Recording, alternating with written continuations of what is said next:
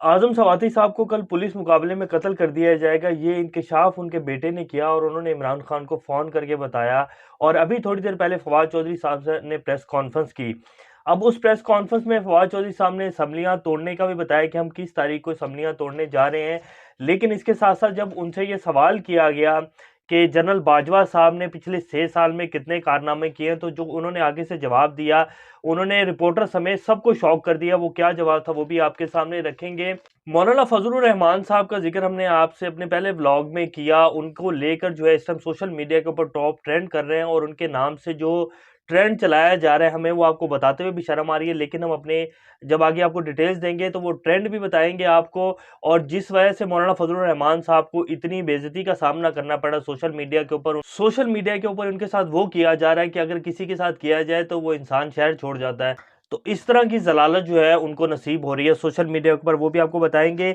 पाकिस्तान की इकोनॉमी की सूरत हाल भी आपके सामने कुछ रखेंगे। और पाकिस्तान इलेक्शंस की तरफ जा रहा है। कल एक जो है बड़ी अहम तकरीब होने जा रही है जिसमें जनरल बाजवा साहब जनरल आसिम मुनीर साहब को स्टिक जो है वो थमाएंगे। और उसके बाद सूरत हाल जो है 180 डिग्री जो है वो चेंज होगी। वो तफसीलात आपके सामने रखेंगे। और ये जो इस टाइम इम्पोर्टेड हुक्मरानों की चीखें निकल रही हैं, जिनमें मौलाना फजलुर रहमान साहब, और मौलाना फजलुर रहमान साहब ने जो बयान दिया जिसकी वजह से उनके साथ ये सब कुछ हुआ, वो दरअसल उसकी एक वजह ये भी थी कि कश्मीर का इलेक्शन वो बुरी तरह हार गए। उनको कुछ नहीं मिला कश्मीर के इलेक्शन से। जहां वो 5 साल कश्मीर कमेटी के चेयरमैन रहे, बल्कि पिछले 12-13 साल वो कश्मीर कमेटी के चेयरमैन रहे और गवर्नमेंट की अयाशियां करते रहे। तो ये सारी तफसीलात आज आपके सामने रखेंगे। बिस्मिल्लाहिर्रहमानिर्रहीम, अस्सलाम वालेकुम। आप फेसबुक और यूट्यूब चैनल देख रहे हैं। मेरा नाम है अब्दुल रहमान। आज 28 नवंबर है। सबसे पहले आज़म सवाती साहब के हवाले से आपके सामने रख देते हैं। आज़म सवाती साहब का क्या कसूर था जी? कोई कसूर नहीं है। सिर्फ उन्होंने अपना जो आईनी हक है वो इस्तेमाल किया और उन्होंने तनकीद की।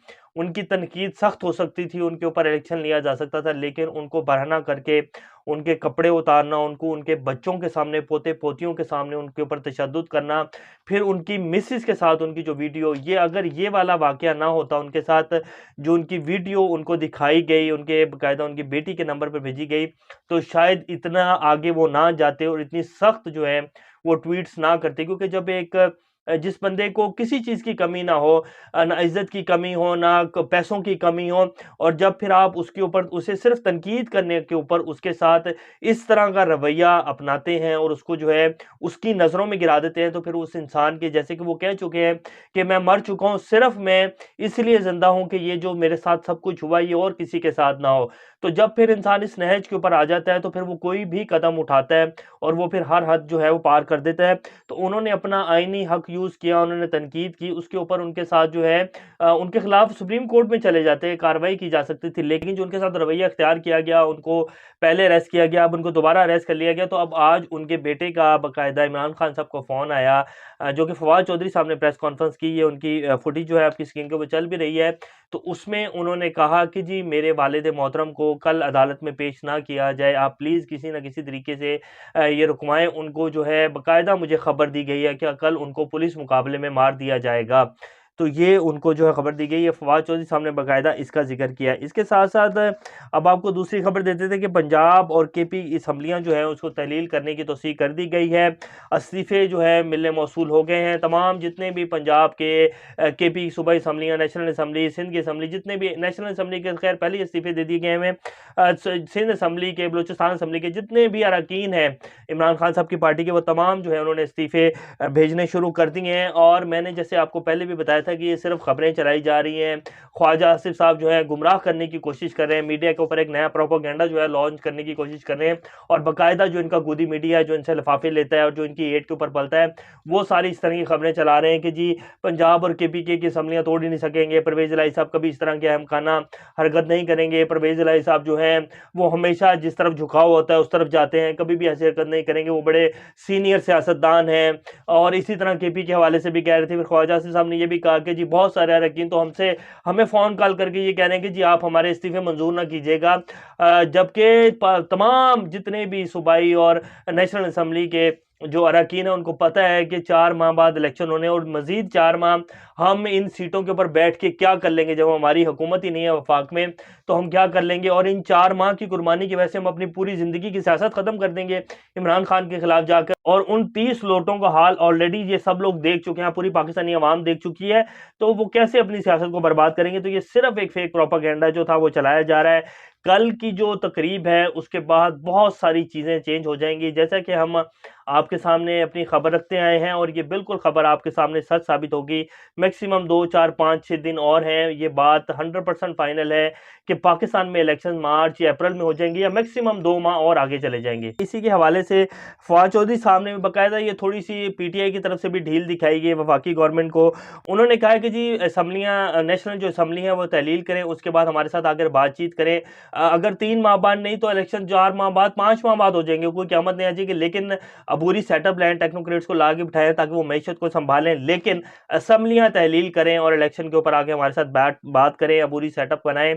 इसके अलावा अब आपके पास कोई चारा नहीं है और इसके अलावा इनके पास कोई चारा है भी नहीं।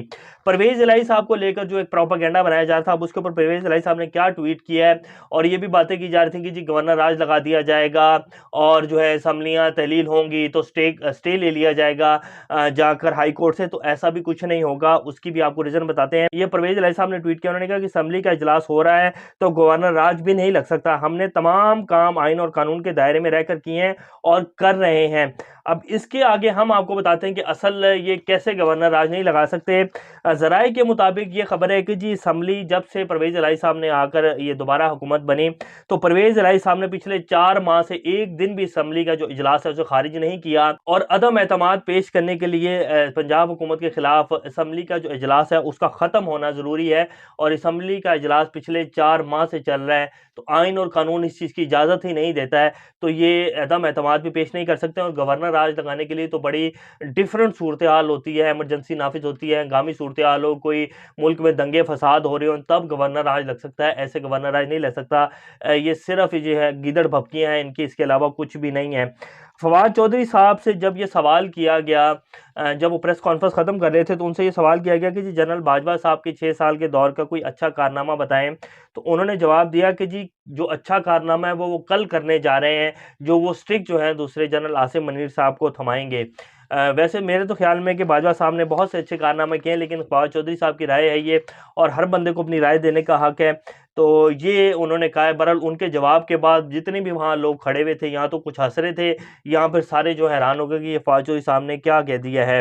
मौलाना फजलुर रहमान साहब के हवाले के ऊपर आ जाते हैं। अब ये एक वीडियो है जो उनकी, आप देख लें और फिर आगे बात करते हैं। ऐसे ऐसे लोग कि जो कहते हैं कि अगर हमारी माँ के साथ जिना करेगा तब भी हम उसको वोट देंगे।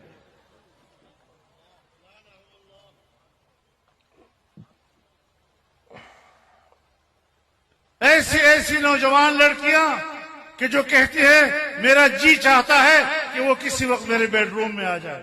जी, तो अब ये वो वीडियो है जिसके ऊपर मौलाना साहब के साथ जो है वो हो रही है, जो शायद किसी के साथ भी हो तो वो दोबारा अपना मुंह जो है वो ना तो मीडिया के सामने लेके आएगा और ना ही वो किसी का सामना कर पाएगा।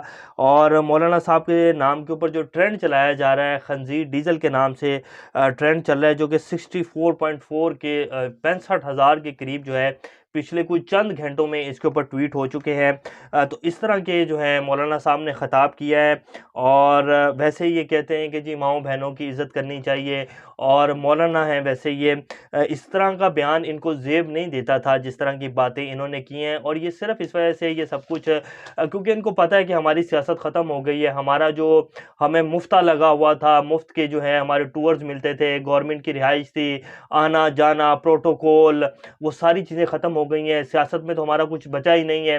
कश्मीर में जितना कुछ हिस्सा था वो बिल्कुल ही ज़ीरो, कुछ भी नहीं मिला कश्मीर में मौलाना साहब को। तो वो अब इस वजह से ये सारी चीखें निकल रही हैं और इस वजह से सब कुछ हो रहा है। तो इनका वक्त ख़त्म हो चुका है। अगले 5 से 6-7 दिन जो है बहुत सारी चीज़ें आपको तब्दील होती हुई नज़र आएंगी। स्टॉक मार्केट जो है जी आज 1000 से भी ज़्यादा गिर चुकी है, पॉइंट्स जो है उसमें कमी आ चुकी है। सादा अल्फाज में अगर आपको बताएं तो पाकिस्तान का जो 5,000 का नोट है, उसे इंटरनेशनल दुनिया में 500 रुपए में भी कोई लेने को तैयार नहीं है। ये पाकिस्तान के इस टाइम रुपए की वैल्यू है। और अगर यही हुकूमत रही जिनके खिलाफ इनके ऑलरेडी जो इन्हीं के अपने साबिक अहदेदार हैं और इनके साबिक वजीर ख़जाना हैं, जिनको ये लाए थे कि जी ये मुल्क को चलाएंगे, जिन्होंने 3 महीने में ऑलरेडी बेड़ा गर्क किया और उसके बाद इसहाक डार साहब को बाकायदा स्पेशल प्रोटोकॉल के साथ पाकिस्तान एयरफोर्स के जहाज़ में बिठा कर लाया गया और उनको जो पाकिस्तान के ख़जाने की चाबियाँ दी गई, तो उन्होंने बेड़ा गर्क कर दिया है बिल्कुल। और अब पाकिस्तान की इकॉनमी की ये सूरत हाल है कि ना सिर्फ PTI बल्कि पाकिस्तान के जितने बड़े मैशतदान हैं, जितने वो लोग जो कि पाकिस्तान के साथ सिंसेर हैं, जो कि पाकिस्तान के हक में देखना चाहते हैं सबको, तो वो सब यही कह रहे हैं कि पाकिस्तान डिफ़ॉल्ट हो रहा है। अब ये जो मर्जी कहते रहे कि डिफ़ॉल्ट नहीं हो रहा, 10% चांस है, ये चांस है, इन्होंने तो यहाँ से बैग बांधने। और आप देखेंगे जैसी असम्बलियाँ तहलील होंगी, इसहाक डार साहब तो फौरी भागेंगे लंदन की तरफ और वो दोबारा वापस नहीं आएंगे। बहुत सारी चिड़ियाँ जो हैं वो उड़ जाएंगी। ये सिर्फ थोड़े दिन है, आप देखते जाएं। अभी तक के लिए इतने, अपना चैनल का ख्याल रखिएगा। अल्लाह हाफिज़।